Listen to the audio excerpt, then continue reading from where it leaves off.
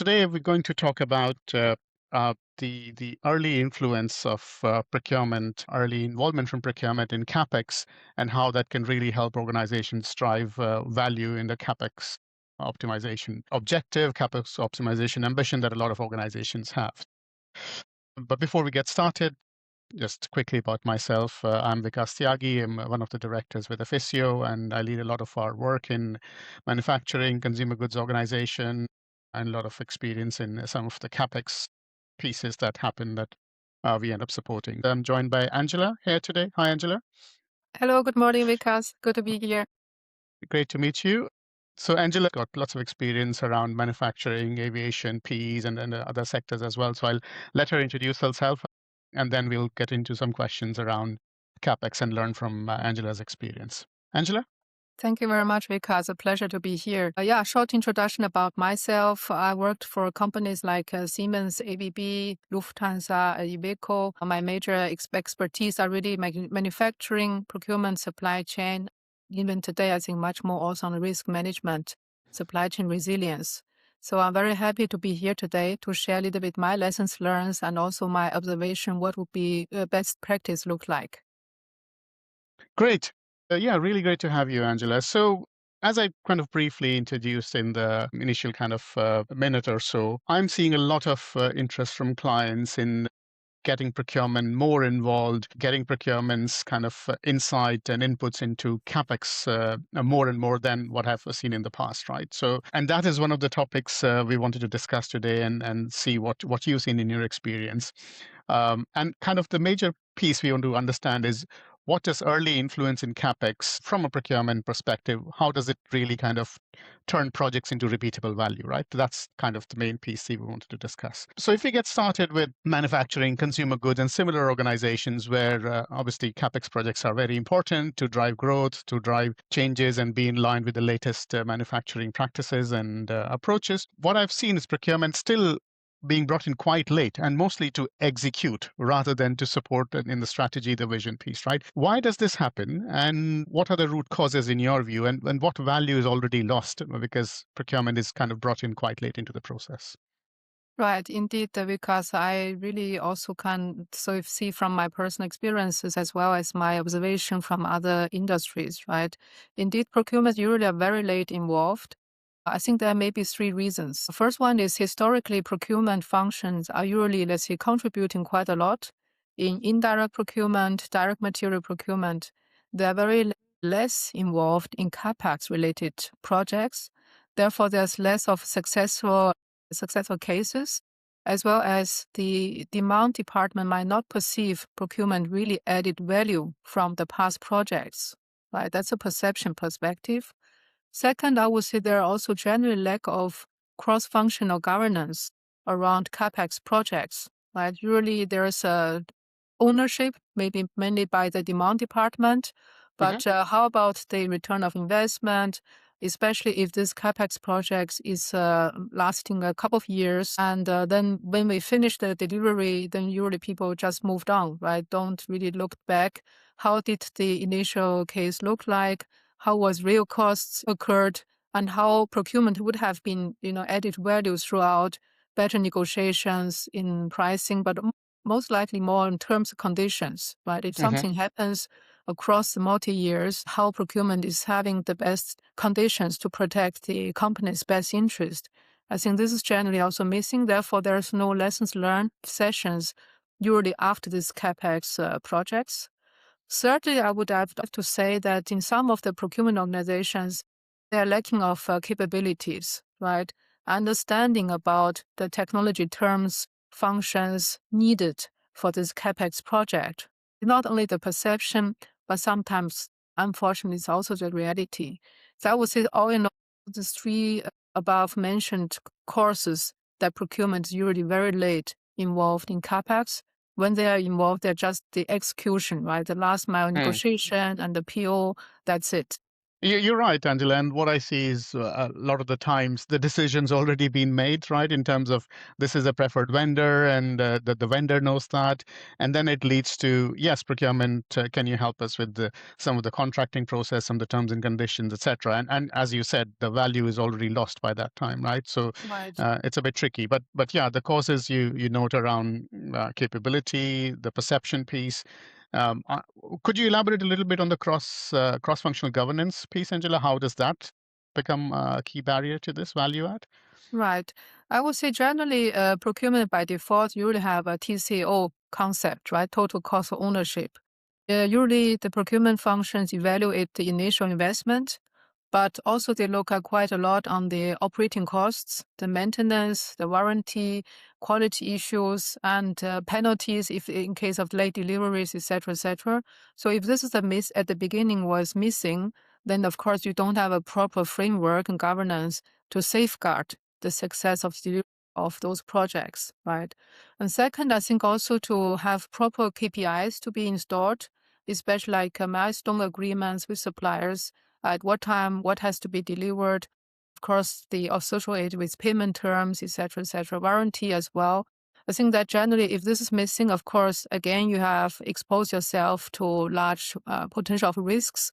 And the third one, of course, I think procurement usually plays a role, or they should play a role of the challenger's role to Hmm. challenge over specifications, not necessarily just to align with internal stakeholders what we really need, but also to challenge, to discuss a way, to negotiate a way those specific functionalities and features where we don't need it, right, from the supplier side to reduce the complexity, therefore to look at what is value for money, right? So therefore, I think this is really about procurement to be early engaged in the initial phase. Is ideally would be to discuss with the demand department what should be the in the scope and what is should be out the scope, what is must have and what is nice to have, and then put a dollar signs behind each and every features and functionalities.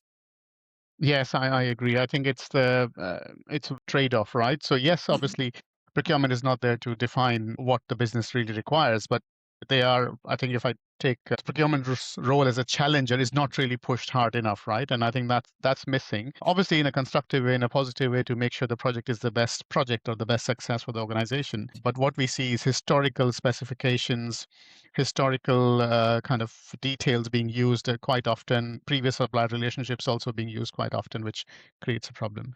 Yeah, Understand? indeed.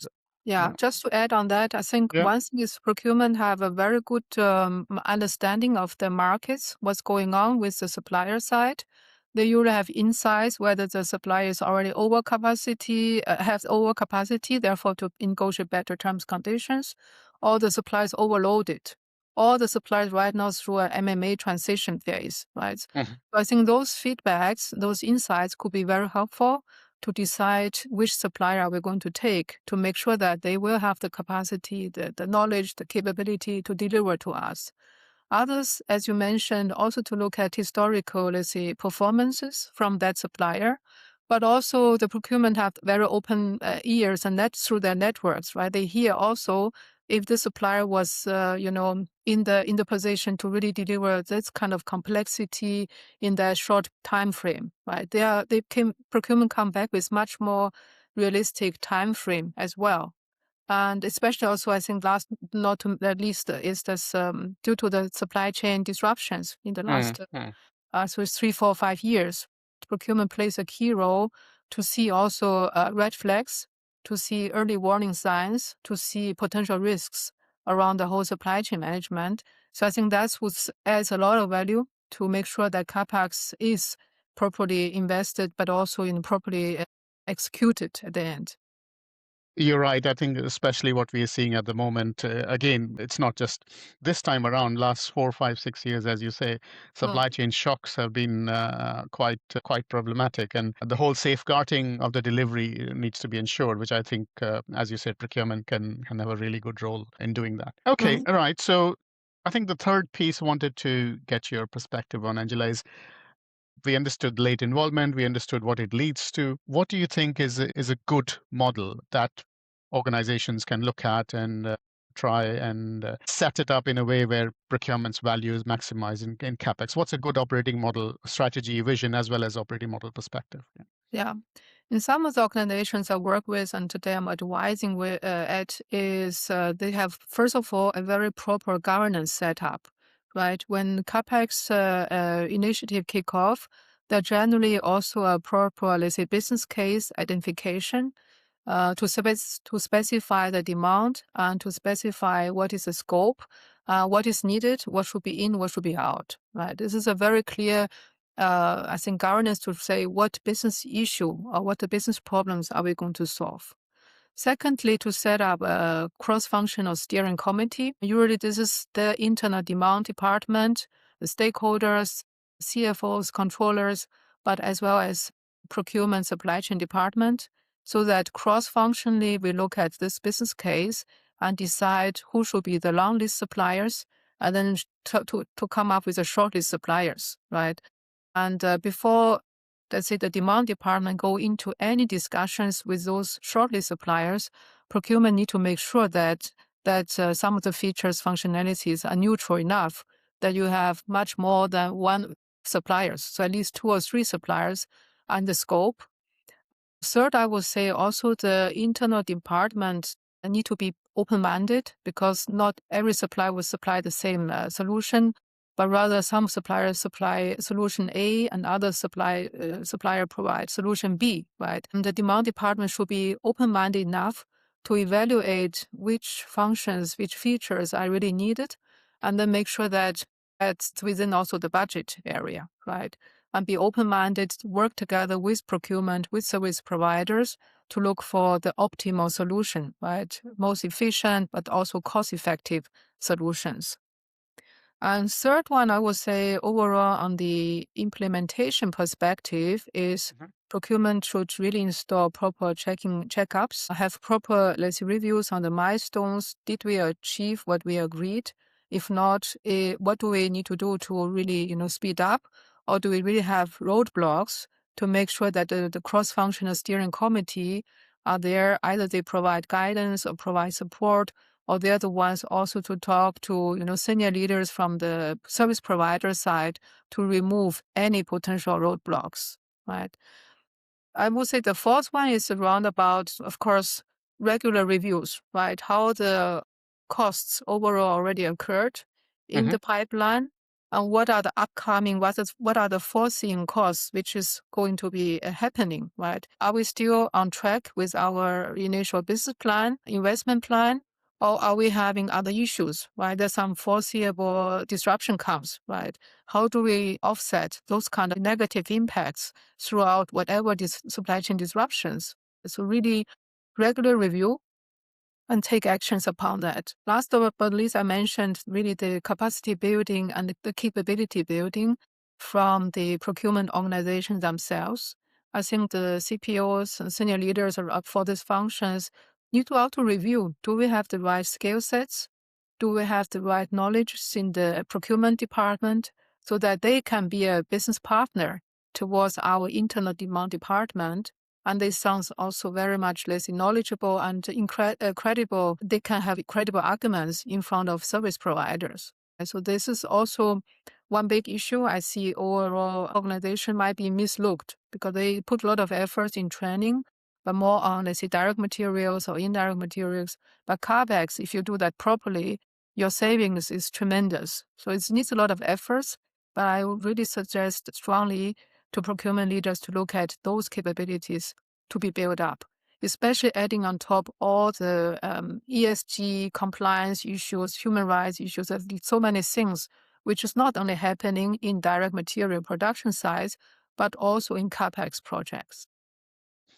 Yeah, I think that's really, really, I think the last point you put forward, Angela, around the capability, capacity building is really critical, right? You can Mm. have all the other pieces in place, but if not the right people with the right skills and that credibility and building is kind of overlooked, and that means you're not maximizing the value. One more quick thing to check in. A lot of the times I also hear, oh, it's a new project. We don't have historical data. We don't have past examples of this. So the data analysis, the analytics around that becomes tricky. from an operating model and structure perspective, what does good look like on data? What do you have anything to share on that? How do you manage that piece? Right. First of all, I think in procurement world, there's no really the first time ever topics because in the procurement world, this let's say basic principle buying demand versus supply demand.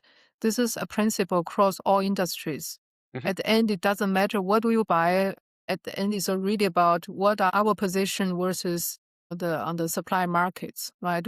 Are we playing a key role or are we a small fish? Basic key understanding that how procurement managers should tackle any projects coming their way.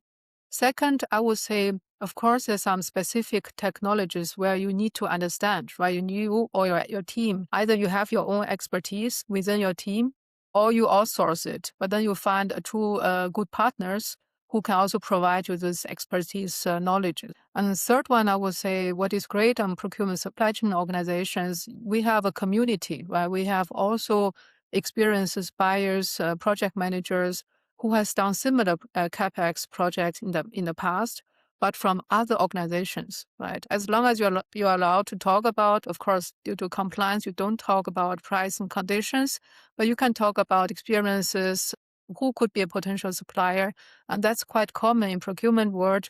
You talk to your peers and say, hey, who could be a good one? How is your experiences working with that suppliers? And fourth, I think today, the data perspective, even though if you or yourself or your team have not been doing this project personally, you can find so much data today, right? In today's AI world, there's so much historical, let's say, data analytics you can use.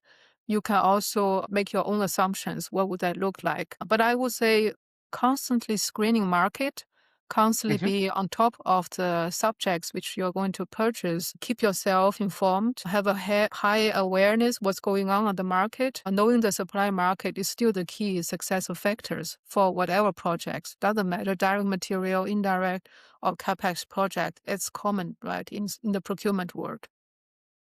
That's great. Yeah. So I think you're basically connecting it to the capability piece and the skills piece. So data will be available, but sometimes, yes, if it's a new piece, it will not be directly available, but there are other sources, other ways of getting to it, right? It's the process and the Mhm. methodology that Right. matters. What Great. I No, also that's learned super. over time is you always have to be listening to your suppliers because Yes. most of the time, I would say 100% of the time, your supplier knows much better actually what solutions you really need, right?